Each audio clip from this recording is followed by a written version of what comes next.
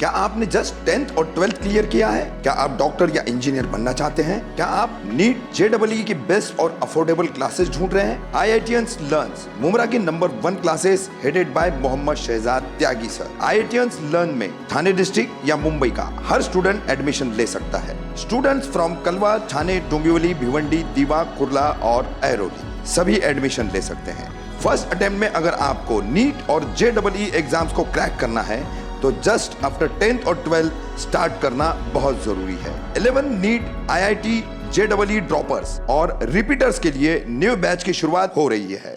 ज्यादा जानकारी के लिए IITians विजिट करें या दिए गए नंबरों पर कॉल करें। पुणे के हिंदुत्ववादी डॉन शरद मोहल हत्याकांड में 8 गिरफ्तार, 2 वकील भी शामिल। कैसे की गई हत्या, देखिए सीसीटीवी फुटेज। अंत्य यात्रा में लगाए गए जय श्री राम के नारे।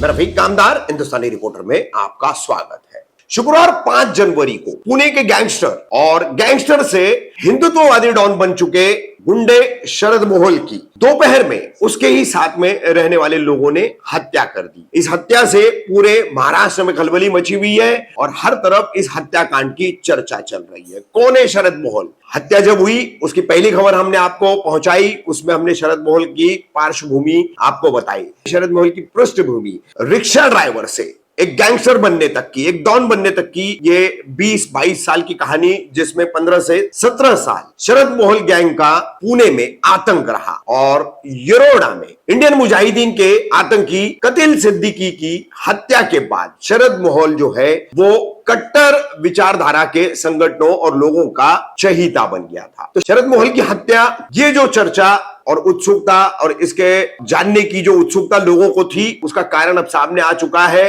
महज कुछ ही घंटों में पुणे पुलिस ने 8 लोगों को इस हत्याकांड के लिए गिरफ्तार किया है। पुणे सातारा हाईवे से लोकेट करते हुए इस हत्याकांड में हाल ही के दिनों में शरद मोहल का बेहद करीब हो चुका मुन्ना उर्फ साहिल पोलेकर, उम्र 22 वर्ष, इस युवक के साथ अन्य 7 लोग, 2 अलग अलग गाड़ियों में से कुल 8 लोग पकड़े गए। इनमें 2 वकील भी है। इन वकीलों की क्या इस हत्याकांड में भूमिका है, पुलिस उसकी जांच कर रही है। प्राथमिक तौर पर इनकी गिरफ्तारियों के बाद जो जानकारी सामने आई है उसको लेकर पुलिस ने एक प्रेस कॉन्फ्रेंस करके जानकारी दी है। मुन्ना उर्फ साहिल पोलेकर, इसे उसके मामा गोविंद कानगुड़े और अन्य एक ने, दोनों ने प्लान करके शरद मोहल तक पहुंचाया था। पिछले 5-6 महीनों से, लगभग या 1 साल से साहिल पोलेकर लगातार शरद मोहल के लोगों के संपर्क में था, उनके पास आ रहा जा रहा था। जब उन्हें भरोसा हो गया तो उसे शरद मोहल के ऑफिस पर भी आने जाने की परमिशन दी गई। यह परमिशन मिलने के बाद वो शरद मोहल के बिल्कुल करीब हो गया था और 25 दिन बाद उसने अपने साथियों के साथ मिलकर के शरद मोहल की हत्या कर दी। कैसे? शरद मोहल की 1:30 बजे कोथरूड परिसर के सुतारदरा, जहां पर शरद मोहल भी रहता है और मेन शूटर साहिल उर्फ मुन्ना पोलेकर भी रहता है, वो परिसर जहां यह हत्या हुई है, वहां का सीसीटीवी फुटेज सामने आया है। कितने पॉइंट ब्लैंक रेंज से शरद मोहल को शूट किया गया है। पुलिस के अनुसार गोविंद कानगुड़े और अन्य एक, ऐसे इन लोगों ने शरद मोहल के पास साहिल और मुन्ना को प्लांट किया और वजह थी कि पहले के इनके पैसों और जमीन को लेकर के कुछ विवाद चल रहे थे, इनके झगड़े भी हुए थे। पहले का इनका झगड़ों का रिकॉर्ड भी है जो पुलिस में दर्ज है, क्योंकि इनकी शिकायतें एक दूसरे के खिलाफ दर्ज हुई है। खास करके गोविंद कानगुड़े और मदन गांजले ने ये शिकायतें दर्ज कराई थी शरद मोहल और उसके गिरोह के खिलाफ। 15 वर्ष पुणे में आतंक का पर्याय बना हुआ और उस आतंक के चलते हिंदुत्ववादी डॉन बना हुआ शरद मोहल अपने ही जाल में फंसा।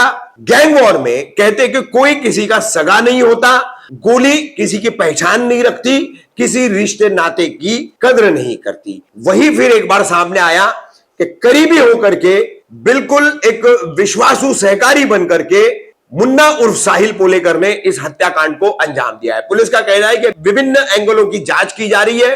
पुलिस ने जो जानकारी दी है वो भी हमने आपको इस खबर में बताया है। अंत में हम आपको बता रहे हैं कि कैसे शरद मोहल के अंतिम संस्कार की यात्रा निकली, जिसमें भीड़ उमड़ पड़ी थी, खास करके युवाओं की। और इस भीड़ में हिंदुत्ववादी डॉन कहलाया जाने वाला शरद मोहल, उसके अंतिम संस्कार की इस यात्रा में कैसे जय श्री राम के नारे भी लगाए गए, वो भी हम आपको दिखा रहे हैं।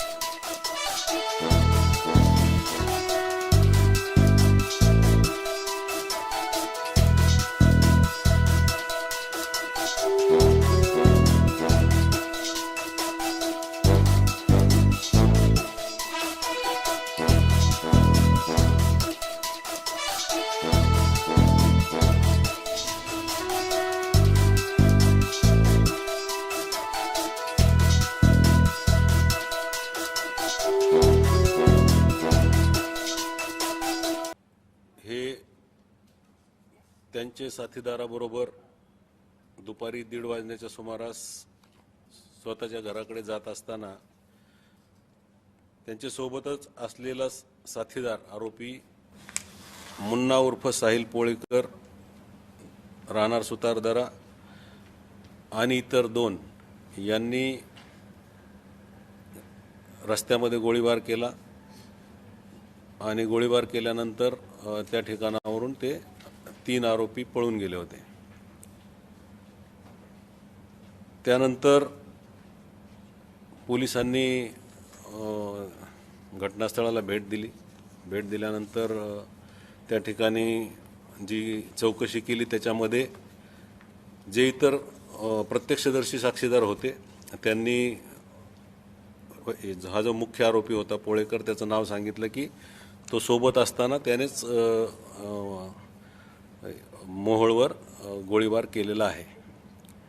त्यामुळे गुन्हे शाखेने तपासासाठी पथकं तयार केली। त्याच्यामध्ये हा जो पोळेकर आहे त्याच्या घराचा मूळ गावाचा पत्ता घेऊन त्याचा शोध घेतला, परंतु तो मिळाला नाही। त्यामुळे त्याच्याकडे एक घटनास्थळावरून काही बातमीदारांनी माहिती दिली होती की ते टू व्हीलरवरून पळून गेलेले आहेत आणि टू व्हीलरवरून पळून गेल्यानंतर ती टू व्हीलर त्रयस्थ माणसाची ती जी गाडी होती ती होती आणि त्यामुळे त्या गाडीचा शोध घेतला असता ती बेवारस स्थितीमध्ये मिळाली। मिळाल्यानंतर जास्त माहिती घेतल्यानंतर असं समजलं की हा जो पोळेकर आरोपी आहे याच्याकडे सुद्धा एक गाडी 4 व्हीलर आहे। त्या गाडीचा नंबर ट्रेस करण्यात आला आणि ट्रेस केल्यानंतर सर्व जे शहराच्या बाहेर जाणारे रस्ते आहेत त्या टोल नाक्यावर त्याचा शोध घेतला असता ती खेड शिवापूर टोल नाक्यावरून गाडी गेल्याचं निष्पन्न झालं। त्याप्रमाणे आमची पथकं त्या सातारा रोडला रवाना झाली आणि सातारा रोडला रवाना झाल्यानंतर ते शिरवळच्या जवळ 2 4 व्हीलरमध्ये हे 8 आरोपी मिळून आलेले आहेत। गोळीबाराची जी घटना घडली त्याच्यामध्ये 3 आरोपींनी गोळ्या झाडलेल्या आहेत असं प्राथमिकदृष्ट्या तपासामध्ये दिसून आलेलं आहे। आणखी त्याच्यामध्ये तपास चालू आहे, आणखी काही माहिती मिळाली तर ते आपल्याला समजेलच, परंतु प्रथमदर्शनी 3 आरोपींनी गोळ्या झाडल्याचं निष्पन्न झालेलं आहे। कारण काय होतं काही या घटनेमध्ये जो मुख्य आरोपी आपण म्हणतो की जो मैताबरोबरच फिरायचा एक काही दिवसापासून, त्याचा मामा एक आहे त्याचं नाव आहे नामदेव महिपती कानगुडे आणि दुसरा एक त्याचा नातेवाईक आहे पोळेकरचा तो आहे विठ्ठल किसन गांधले। ह्या दोघांचं शरद मोहोळ बरोबर वैमनस्य होतं असं प्राथमिकदृष्ट्या दिसून येते आणि त्याच प्रकारामधून हा हल्ला झाल्याचं प्रथमदर्शनी आरोपीकडून माहिती मिळालेली आहे, परंतु आता गुन्ह्याचा तपास चालू आहे. तपासामध्ये आणखी काय याच्यामध्ये अँगल्स आहेत का ते शोधण्यात येईल. काल जेव्हा आमच्या टीमने आरोपीचा शोध घेत असताना तिथे ट्रॅप केला, त्या ठिकाणी ह्या 2 गाड्यामध्ये हे 8 लोक होते, त्याच्यामध्ये ते 2 वकीलसुद्धा होते. त्यांच्याबरोबर ते कशासाठी गेले, त्यांचा काय सहभाग आहे आणि त्यांचा नेमका गुन्ह्यामध्ये रोल काय आहे हे आता तपासानंतरच आपल्याला कळेल. आरोपी मुन्ना कोळेकर जो आहे तो त्याच परिसरात म्हणजे सुतारदरा परिसरातच राहतो, त्यामुळे याचं ऑफिससुद्धा त्याच परिसरात होतं, त्यामुळे त्याचं जाणं येणं त्या ऑफिसमध्ये होतं म्हणजे बऱ्याच दिवसापासून, वर्ष 6 महिन्यापासून. परंतु गेल्या 20-25 दिवसापासून त्याचं रेग्युलर तिथे जाणं होतं, म्हणजे 25 दिवसापासून तो जास्त संपर्कात त्यांच्या आलेला होता त्या सगळ्या लोकांच्या. वेपन पिस्टल तीन लोकांनी, तिघांकडे 3 पिस्टल होते. आपण 3ही पिस्टल आता जप्त केलेले आहेत.